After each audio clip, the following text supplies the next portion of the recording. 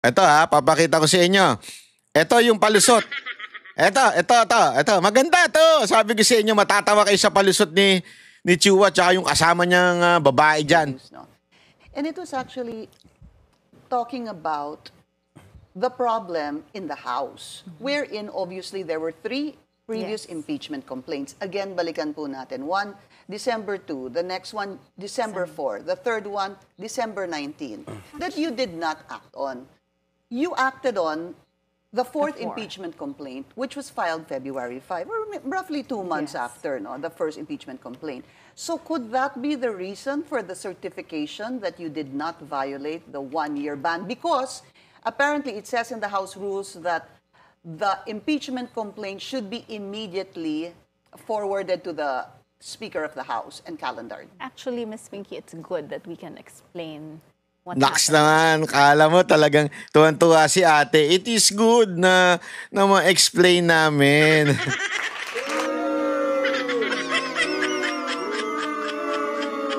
Pero ipapakita natin yung explanation nila kung nasa hulog o wala, tingnan natin. In the House. And, well, first, I can assure you that it was above board. Everything was above board. So the first impeachment complaint was filed on December 2. And under the Constitution, we have 10 session days within which to include it in the order of business. So all of the first three impeachment complaints were included in the order of business on February 5, which is the 10th session day. Even yung December 2. Nagigets ninyo? Ganito palusot. So sinasabi ni Pinky Web, apat yun eh. So nagsimula nung December 2, blah blah blah. Pero inaksyonan nyo na February. Okay? Yun yung yung tanong. So dumaan yung first, dumaan yung second, dumaan yung third, at fourth, tapos inaksyonan nyo yung fourth sa February. No, isipin nyo mabuti yun Ito sagot niya. Yung 10th session day niya was Feb 5? Yes. So, ang sinasabi nitong babae na to, kasi ang nakasulat daw sa rules, 10 session days. And since December, maraming break, yung aabot daw yung session days na 10, February na. Ang binibilang hindi yung araw na pumapasok hindi yung araw-araw. Kasi siyempre, definitely, from December 2 to February, lagpas na 10 araw yon. Yung session day daw. So, kaya nila inaksyonan ng February pa kasi abot pa naman daw yon within the rules na 10 session day. Yan yung paliwanag niya. Kaya nga, idiniin pa ni Pinky Web. So, pati yung December 2, mula doon hanggang doon sa February ay 10 session day. Ito. So we are counting session days and not Because calendar December days. 3 is session number 27. And December 5 and February Sa klolo si Kuya. 5 is session number 37. At 36? 36 ba? Hindi nga nila alam. So, binibilang. So, tinan nyo gina-justify nitong maman to. Session days and Yes, not yes. Because calendar December days. 3 Yes. December is 3? session number 27. Sa 27. 27, yun yung session na day. 27, yung December 3. And December 5 and February 5 is session number 37. So, 37 daw. Ay, mali. Sabi niya, mali yung kwenta ko. Gawin natin 26. At 36? 36 ba? 36. Para at least 9 I don't days. quite get that. But basically what you're telling me, pasok po yung 10, Pasok siya. Yes, pasok siya sa 10 session yung days. February 5? Yes. 10 Yung session. 2 months We're after? talking about session Opo, I days. understand that. Yes. Kasi marami ho kayong break, etc. Yes. Hindi ho ba? There are periods or I'm there are sorry, yung days. session days niya is Monday, Tuesday, Wednesday. Yes. Okay. There are some days when, because of what's calendared in the order of business, they have to merely suspend and not adjourn sessions. So, So what's wrong with this argument? What's wrong with this argument? This argument does not justify na dapat yung fourth impeachment case ang talakayin. Because we are talking about December 2. December 2. The first impeachment trial, pinasa ng December 2. So therefore, kung within the 10 days, pasok pa pala until February 5, dahil within 10 session days yun, bakit hindi yung first impeachment ang diniscuss? O yung pinasa? O yung sinagmit? What happened to the first, second, and third impeachment? Bakit tumalong kayo sa fourth? Yun ang problema dun eh. Yun ang kini-question dun. They're trying to justify na tama lang naman yung oras. O sige, sabihin na natin tama yung lintik yung palusot. Pero bakit tumalon kayo sa fourth impeachment at hindi nyo dinaanan yung first, second, and third? Kasi remember, pag kinuha yung first, ipinasa ng kanilang secretary tapos ipinasa po sa kanilang SecGen, sa kanilang speaker, hindi na pwedeng i-discuss pa yung pangalawa. Kasi may tinatawag na 1-year ban. So, pag yan na-discuss, tapos yan ang ginamit na article of impeachment, ipapasa na dapat sa Senado yun. Malamang sa malamang, nahinaan sila doon sa first impeachment. So, pinili lang nila. Hindi pwede yun sa batas. Hindi pwedeng tumalong ka. Kung ano yung nauna, yun dapat ang una mong i-discuss. O yun ang dapat una mong ipasa from SecGen to the Speaker. At the Speaker, dali naman sa Committee on Justice. So, ibig pong sabihin, nilaktawan nyo talaga yung first, second, and third.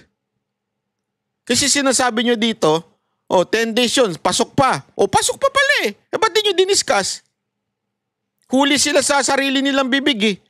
Pasok pa yung So, hindi nila diniscuss yun. Yun ang tinatanong sa inyo ng Senado na ayaw nyo sagutin. 10th session day yung February 5. So, it was calendared on that day. You're saying if that is brought up, pasok pa po yung sinasabing 10 days na yun. Actually, it's good that we are able to clarify Okay. this. No. You did not clarify the question of the Senate.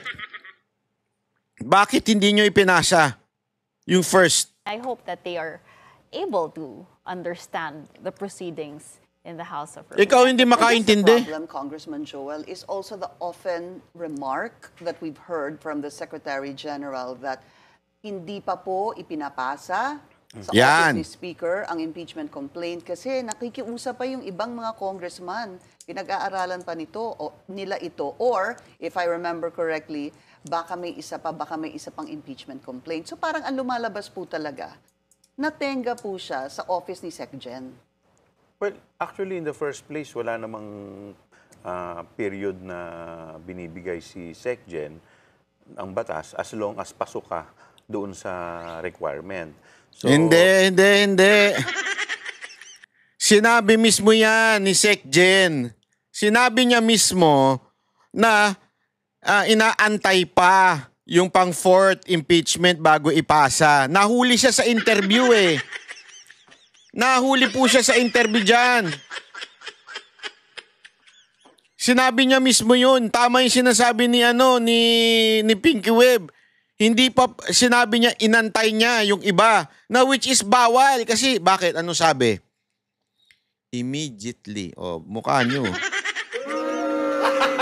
Gago! Kung dati, portweed kayo ng portweed. Eto po, sinasabi dito, immediately.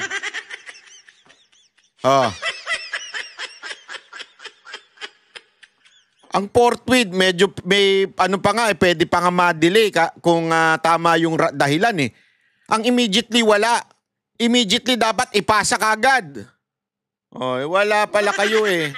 Kasi ang mangyayari niyan, ito, pagka dapat yung unang final, isasabit mo na agad automatic.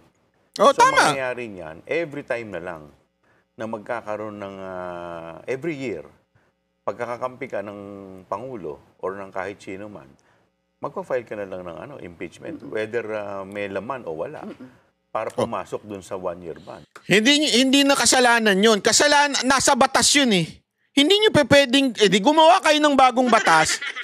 Kasi sinasabi dito, baka naman gawing palusot yan. O, so yung mga kaalyado ng presidente, kaalyado ng vice president, magpasa na lang ng bogus na impeachment. Para lang next year na uli siya pwedeng pasahan ng impeachment. Wala tayong magagawa. Yun ang nasa batas. Sundin nyo. Mambabatas kayo, mambubutas. Gumagawa kayo ng butas sa batas eh. Mambabatas kayo. Sundin nyo yung batas. Kung sa tingin nyo may problema sa batas, di baguhin nyo yung batas. Hanggang hindi nababago yung batas, sundin nyo.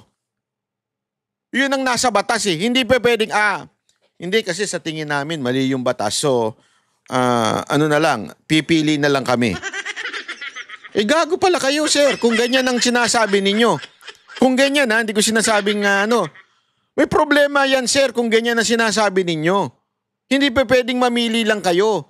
Ang naaayon sa batas, once na ipasa yung impeachment, immediately kailangan ipasa.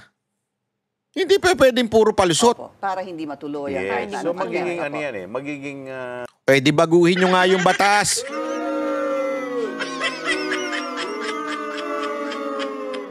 Alam nyo, para kang hindi mambabatas, pag may nakita kayong problema sa batas, hindi ibig sabihin nun, sandali, problema yung batas na yan, so hindi ko susundin. Gagawa tayo ng sarili nating batas.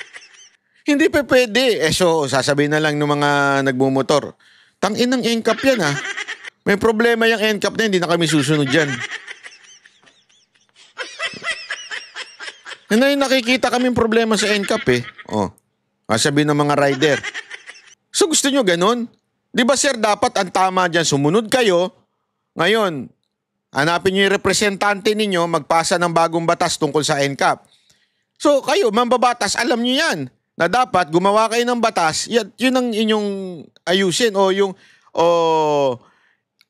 tawag dito yung baguhin hindi baguhin ang tawag, may tawag doon nakalimutan ko na yung tawag doon, anak ng wewe i-amend nyo yung batas, di ba? Bago nyo pakialaman. maaabuso rin. Yeah. So kaya nga dito siguro at wala namang Parang hindi abogado ito si Chua, no? mali dun sa ginawa ni SecGen as long as papasok ka dun sa period na nakasaad dun sa batas. Now, it did not happen only this administration. During the past administration, during the time of President Duterte, if I'm not mistaken, there was also this incident where an impeachment complaint was also filed and 3 months thereafter na dun lamang na i-agenda. So, this is not novel. But it never reached the Senate. It never reached the Senate. At saka sandali lang. Wala namang question dun sa sinasabi niyong 10 session days. Sinasabi kasi nito, kahit naman nung kay Duterte may ganun din. Nga, within 10 session days. Di ba? Wala namang question dun. Pero ang problema dito, yung pagtalo ninyo sa pang-apat na impeachment complaint. Gago! Nagpapalusot pa po kayo eh. At saka una-una, bakit si Duterte? Bakit hindi mo sabihin, pangalanan mo yung speaker at that time? Hindi naman labas naman siya sa si Duterte. Yung speaker ang pakalanan mo, pagsabihan mo yung speaker nyo noon. Pero hindi nga pasok nga ho in 10 days eh. Okay, there's a second, certification that the Senate is asking from the House of Representatives. We're going to talk about that after the break. We'll be back with House Prosecutors Joel Chua and Bel Zamora. This is On Point. Ay, nako po. Alam nyo, ito problema dito sa mga congressman natin eh. Ikita nyo, palusot ng palusot. Yari kayo. Sabi ko sa inyo, pag nakaharap nyo si Marcoleta, yari kayo talaga. Ay, sana mapanood din ni Marcoleta ito. Nagmagaling no? Hindi naman nila sinagot yung tanong eh. Di ba? Yung palusot na, ang sinagot lang nila ay yung palusot na kaya tumagal. Pero hindi nila sinasagot yung issue ng bakit hindi nyo diniscuss yung first, o hindi nyo tinakil muna yung first impeachment, tapos yung second, tapos yung third, ba't tumalo na kayo sa fourth?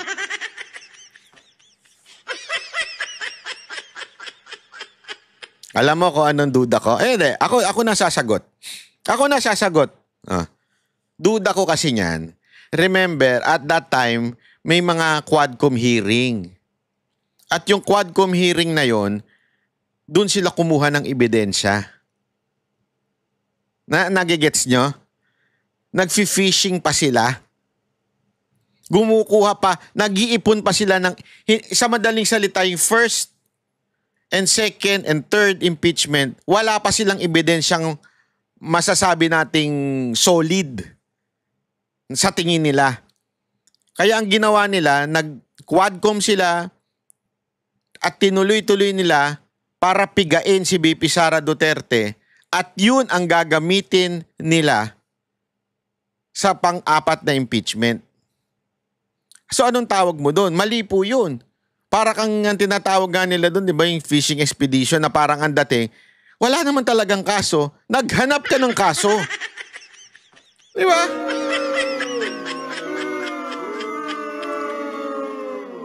Yan ang sa tingin kong paliwanag. Eh, ang problema, may batas tayong bawal yan. Bawal po yung ganyan na aantayin mo na dumami muna o di kaya tatalunan mo na yung fourth impeachment. Bawal po yan. Oh, diyan kayo madadali. Kaya ako sa tingin ko, maiiyak to mga ito. Hindi, sa tingin ko lang maiiyak to pagdating sa trial na. Nakita nyo naman ng titikas ng mga abogado ni VP Sara Duterte, di ba? Tapos ganito yung mga abogado, parang parang walang alam. Di ba? Tapos ito pa, matindi niyan, nandun na sila Marcoleta nun. Matitinding mga abogado. Tapos nandiyan pa si Batorni. Ginagalit nyo si Batorni. Senator Batorni. Eto, tanungin mo bakit ganun yung palusot nila. Kaya nga, eto, simple-simple, di ba? Kung talagang meron kayong tamang dahilan, may sagot naman pala kayo. Bakit hindi nyo maipresenta agad-agad? Bakit hindi nyo kaagad masagot ang kamera? Kasi nga, hindi kayo sure. Yan ang totoo. Hindi kayo sure, kaya tuloy, nag-iimbento na kayo ng kung ano-ano ngayon. Kami ang boses ng masa, hindi natatakot. Katotohanan lang, di kami nalulunod. Walang bahid ng sismis, lahat ay totoo. Kahit sino ka pa, pag mali ka babanatan ka. Walang pinipili kulay, wala kaming kinikilingan. Basta para sa bayan, kami lalaban.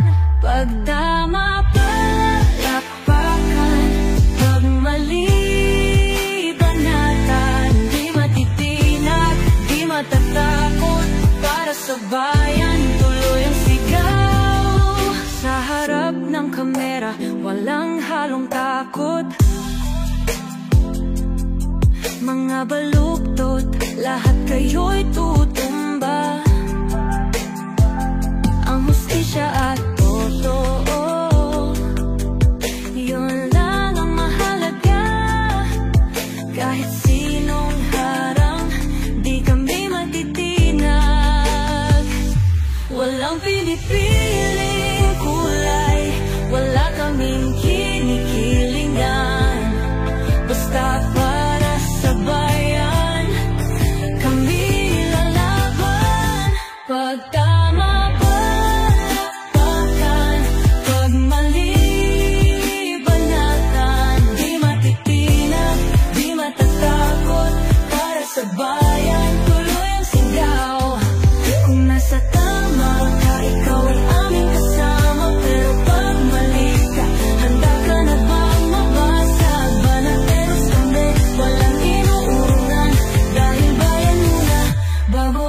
sarili.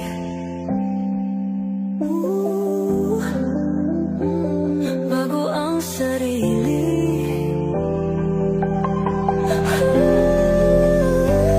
Pag tama ka,